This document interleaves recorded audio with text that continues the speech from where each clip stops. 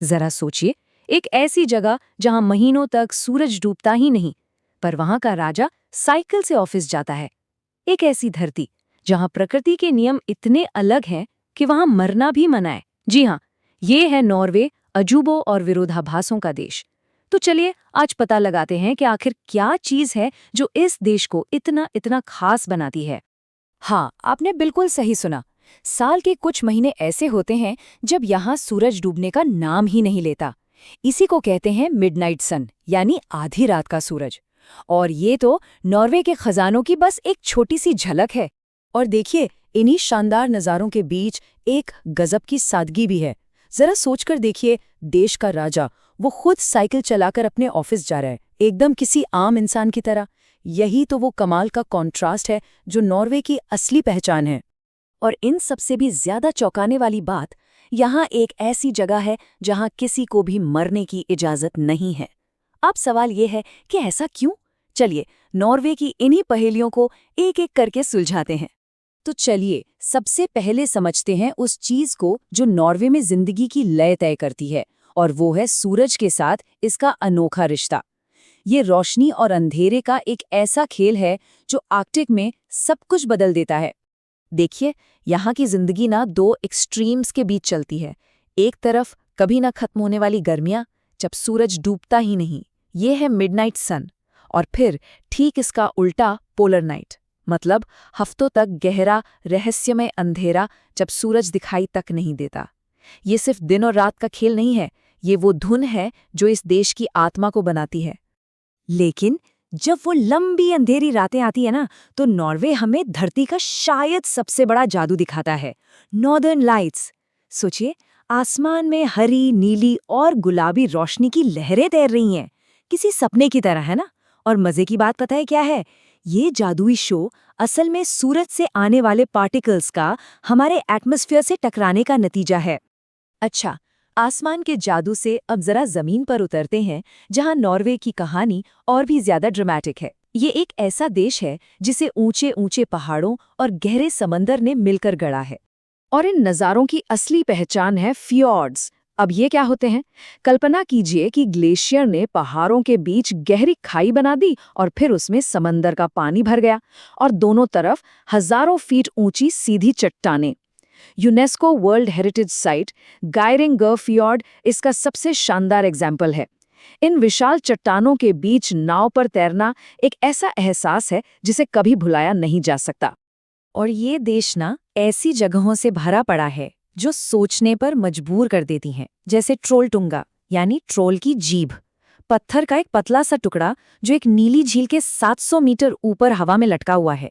या फिर north cap, Europe का सबसे उत्तरी कोना, जहां खड़े होके लगता है कि बस दुनिया यहीं खत्म होती है।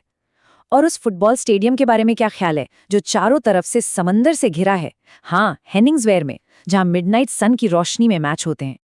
प्रकृति से ये जो गहरा कनेक्शन है ना, वो यहाँ के एक कानून में भी झलकता है। इसका नाम है एलेमांसरेटन, मतलब घूमने का अधिकार।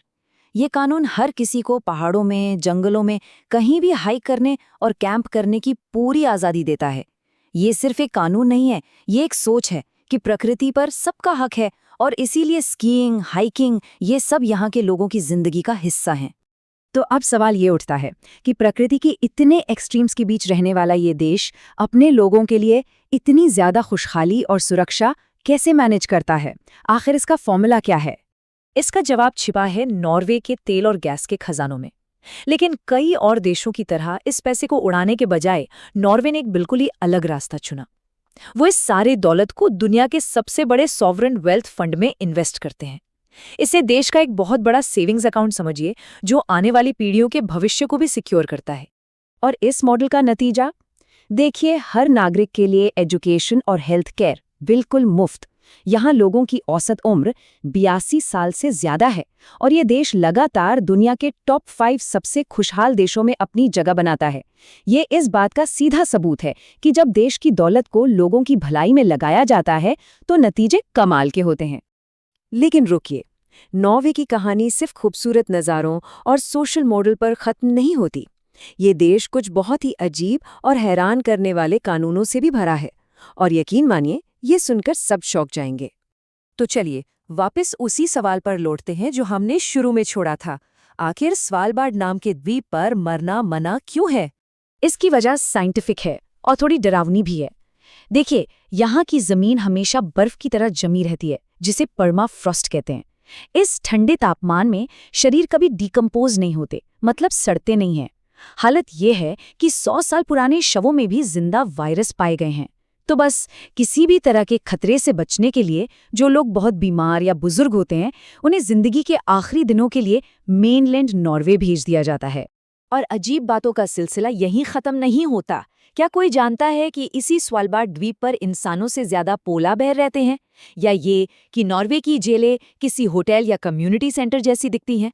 और हाँ, यहीं पर पूरी इंसानियत का एक तरह से बीमा भी रखा है, ग्लोबल सीड वॉल्ट, एक ऐसा खजाना जहां दुनिया भर की फसलों के बीज सुरक्षित हैं, ताकि किसी बड़ी तबाही के बाद भी जिंदगी फिर से शुरू हो सके। तो कुल मिलाकर नॉर्वे सिर्फ एक देश नहीं है, ये वाकई में एक जादुई अनुभव है। ये दो बिल्कुल अलग दुनियाओं की धरती है।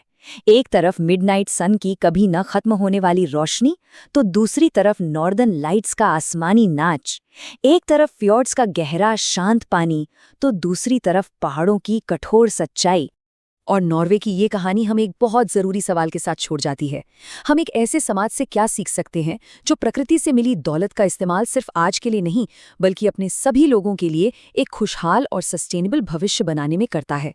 ये एक ऐसी सीख है जिसकी गूंज आर्कटिक की बर्फीली वादियों से कहीं बहुत आगे तक जाती है।